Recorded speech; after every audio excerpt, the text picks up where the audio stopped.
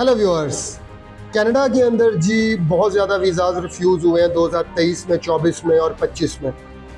अभी Canadian government ने जो है एक रिपोर्ट इशू की है जिसमें उन्होंने कहा है, बकायदा IRCC के ऑफिशियल वेबसाइट पे, मैं ये नीचे ये इसका शॉर्ट भी लगा दूंगा, आप ज़रा देख भी लें इसको खुद से, आपके लिए बड़ा अच्छा हो जाएगा।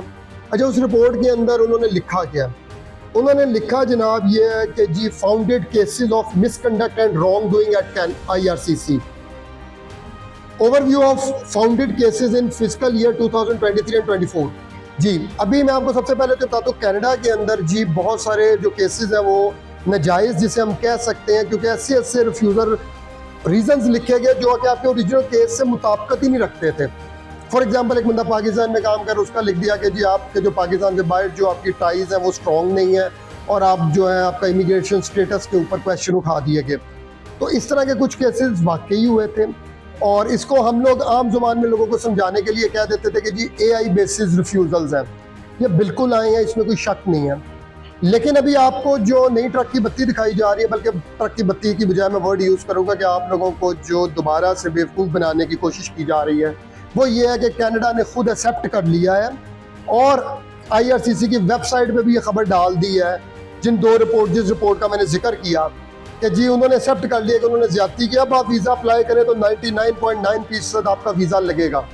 अच्छा, ये खबर दे कौन रही है? ये ज़रा बड़ा इंटरेस्टिंग चीज़ है। ये खबर वही आदमी दे रहा है जिसने 2023 के शुरू में अवाम को गुमराह किया था ये कहते हुए कि कनाडा अब 179B के तहत किसी का वीज़ा रिफ्यूज़ नहीं करेगा, जो स्पेशली फर्स्ट टाइम अप्लाई करे, जिनकी ट्रैवल हिस्ट्री नहीं है, बैंक में पैसे नहीं है, बैंक स्टेटमेंट को नहीं देखेगा। ये वही लोग हैं जी। तो अल्लाह ताला इन लोगों को हदायत दे, मैं तो यही कह सकता हूँ। और आप लोगों को यही कहूँगा, खुदारा खुद इन्वेस्टिगेट करें, पढ़ें ये रिपोर्ट में क्या लिखा है। मैं आपको इसकी डेफिनेशन पढ़ के सुनाता हूँ IRCC की इसी रिपोर्ट के अंदर से। वो कह क्या रहे हैं? वो कह रहे हैं what is misconduct and wrong doing.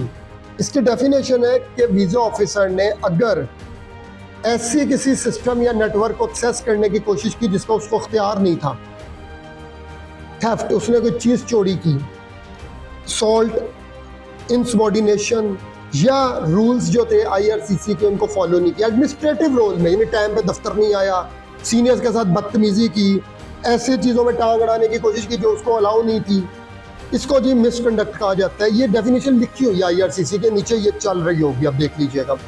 इसके बाद रॉन्ग डूइंग क्या है कि आपने जो गवर्नमेंट पॉलिसीज थी उनको फॉलो नहीं किया। For example, miss use of public funds and public assets, gross mismanagement in the public sector, इस किस्म के। और आपने जो है ना जो काम ठीक नहीं किया अपने एडमिनिस्ट्रेटिव रोल में, तो वो एडमिनिस्ट्रेटिव इंक्वायरी है। ये इसका वीज़ा के साथ कोई ताल्लुक ही नहीं है। मैं ओपन चैलेंज करता हूँ जिनसे साबित करें। मैं तो ये कर रहा हूँ ना IRCC के पेजेस से, जिसको दिखा के अवाम को गुमराह किया जा रहा है। तो प्लीज़ हमेशा अप्लाई करें रजिस्टर्ड इमिग्रेशन कंसल्टेंट्स के थ्रू।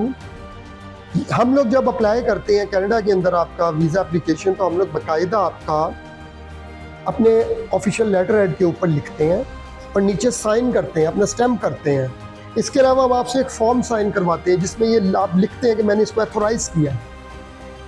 तो ऐसे लोगों से बचें जो आपको ये भी कहते हैं कि बैंक स्टेटमेंट भी हम प्रोवाइड कर देंगे, हम आपको बाकी चीज़ें भी प्रोवाइड कर देंगे, हम आपको जो है इनविटेशन लेटर भी मंगवा देंगे।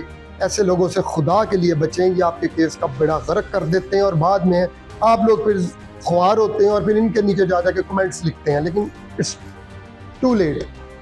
जब आपके केस का बेड़ा गर्क हो चुका, आप इनके कमेंट्स लिख भी देंगे, डिलीट भी कर देते हैं, तो आपको क्या फ़ायदा होगा? फाइनेंशियली भी आपने सफ़र किया, आपने अपना केस भी वीक किया। ऐसे लोगों से बचें और हमेशा कोशिश करें किसी रजिस्टर्ड और ऐसे कंसल्टेंट का करें जिसका करैक्टर क्लियर है। मैं बहुत ख्याल रखिएगा। Thank you very much.